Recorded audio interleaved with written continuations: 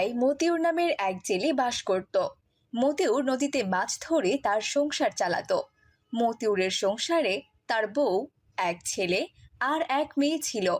ছেলে সায়েম ছিল ছোট, আর মেয়ে মরিয়ম ছিল বড়।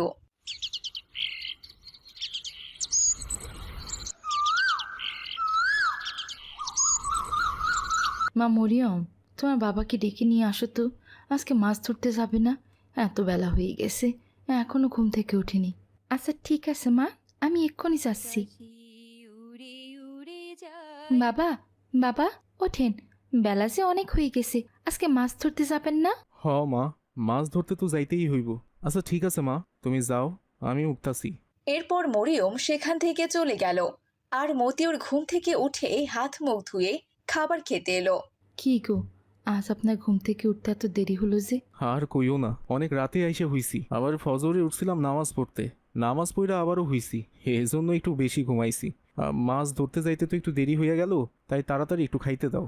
সব কিছুই রেডি করেছি, টেবিলে রাখা আছে, নিন খেয়ে নিন। এরপর ওরা সবাই মিলে সকালের নাস্তা করা শুরু করলো। খাবার খাওয়া শেষ করে মতিউর মাছ ধরার একটি ছিপ বড়শি নিয়ে নদীর দিকে চলে গেল। ফিরে আসে ধরা তলে বৃষ্টি হারায়, ধুয়ে যায় সবুজের আরে, আনন। আজ তো দেখতেছি একটা মাছও ধরতে পারতাছি না। দিন দিন তো নদীতে মাছ কমে যাইতাছে, কিন্তু সংসারের খরচাপাতিও তো বাইরে যাইতাছে। এই সামান্য একটা ছিপ বড়শি দিয়া মাছ ধইরা সংসারটা এতদিন চালাইলাম, কিন্তু এখন তো মনে হইতাছে সংসারটা আর চালাইতে পারুম না। এইদিকে মেয়েটাও তো বড় হইয়া গেছে, ওর বিয়ে দেওয়ার দরকার, আর বিয়ে দিতে গেলে তো অনেক টাকা পয়সা লাগবো। আবার ছেলেটা স্কুলে যায়, ওরও তো পড়াশোনার খরচ আছে। কি রাইখা যে কি করুম, কি সামাল দিমু। হে আল্লাহ, তুমি রহম করো, রহম করো আল্লাহ। এভাবেই মতিউর সারাদিন মাছ ধরার চেষ্টা করতে লাগলো। সারাদিন চেষ্টা করে মতিউর অল্প কিছু মাছ পেল। সেই মাছ বাজারে বিক্রি করে বাড়ির জন্য চাল, ডাল, তরি তরকারি কিনে বাড়ির উদ্দেশ্যে রওনা দিল। পথের মধ্যে মতিউরের সাথে নান্টু নামের এক ঘটকের দেখা হলো। আরে মতিউর ভাই যে, দাঁড়াও দাঁড়াও, তোমাদের বাড়ির দিকেই যাচ্ছিলাম। আসসালামু আলাইকুম ঘটক সাহেব। ওয়ালাইকুম আসসালাম। তা ঘটক সাহেব, কি মনে কইরা আপনি আমার বাসায় যাচ্ছেন? আমার তো এই একটাই কাজ, তুমি তো জানোই, সবার মধ্যে সম্পর্কের জোড়াতালি লাগিয়ে দেওয়া।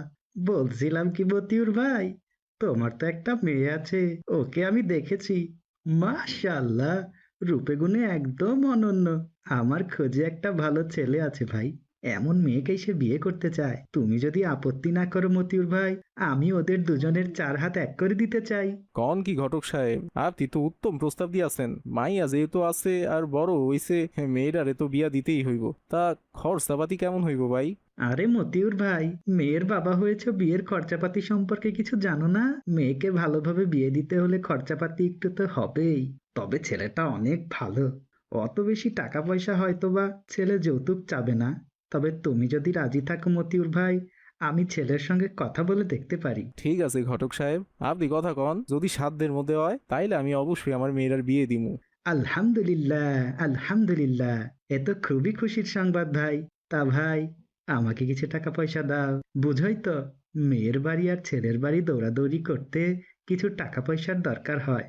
ঘটক সাহেব, আমার কাছে তো অত টাকা নাই। যা টাকা পয়সা ছিল তা দিয়ে তো সব বাজার সদাই কইরা নিয়ে আইলাম। আজ আপনি আপনার নিজের পকেট থেকে খরচ কইরা ফেলেন, কাল না হয় আমি বাড়িতে আইসা আপনার সমস্ত টাকা পয়সা শোধ কইরা দিমু। আচ্ছা আচ্ছা ঠিক আছে ভাই, তা দিলেই হবে। আমি তাহলে এখন আসি ভাই।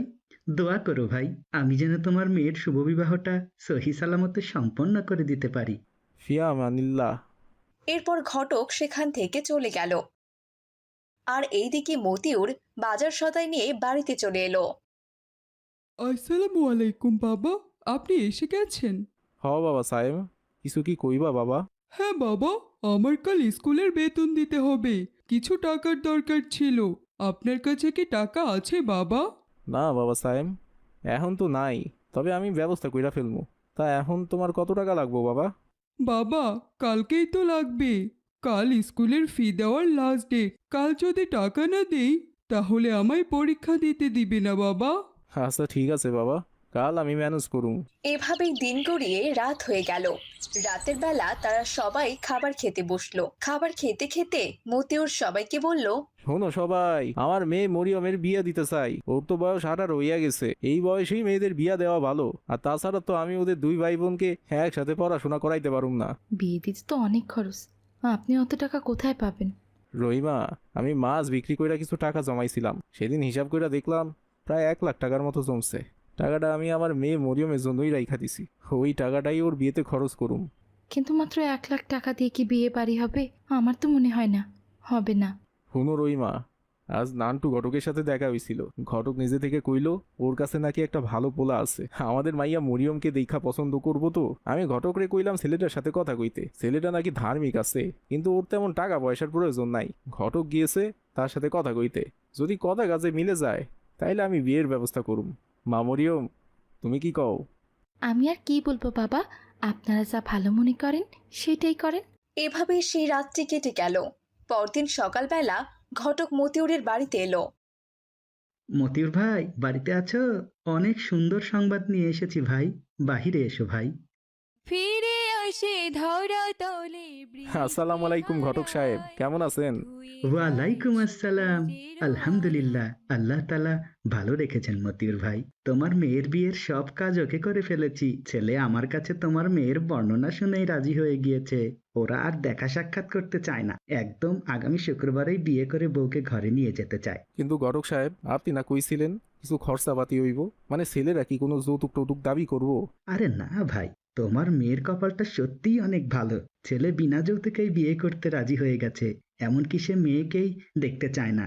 হ্যাঁ, আলহামদুলিল্লাহ, এইটা তো খুশির সংবাদ ঘটক সাহেব। আচ্ছা ঠিক আছে, আপনি তাইলে বিয়ের ব্যবস্থা করুন। এভাবে সেই দিনটি কেটে গেল। দেখতে দেখতে শুক্রবার চলে এলো। মতিউর তার মেয়ের বিয়ের ব্যবস্থা করলো।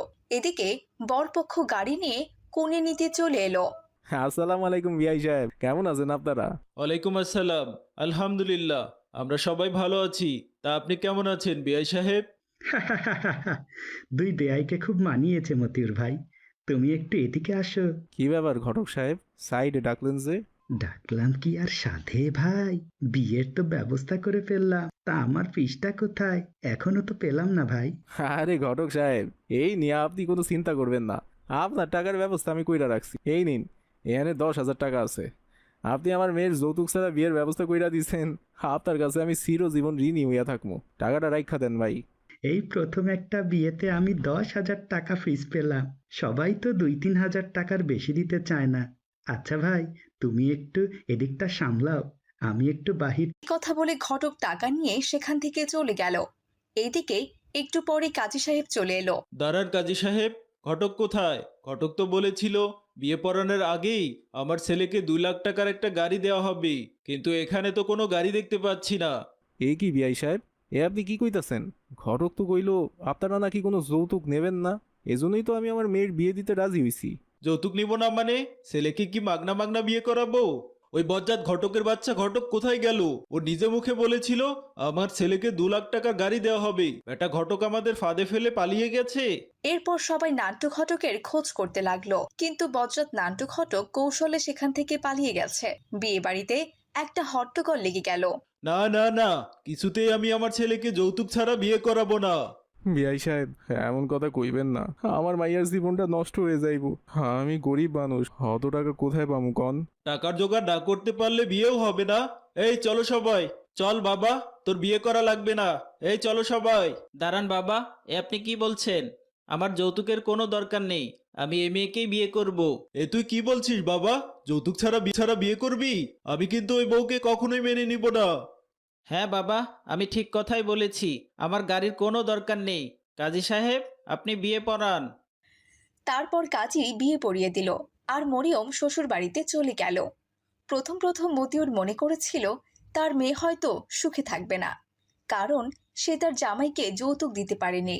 কিন্তু মরিয়মের ছিল রাজ কপাল। ছেলেটা খুবই ভালো ছিল। অনেকবার অবশ্য ছেলের বাবা যৌতুকের কথা বলতে চেয়েছিল, কিন্তু ছেলে তার বাবার কথায় বিন্দুমাত্র পাত্তা দিত না। এভাবেই মরিয়ম তার স্বামীকে নিয়ে সুখে শান্তিতে দিন কাটাতে লাগলো।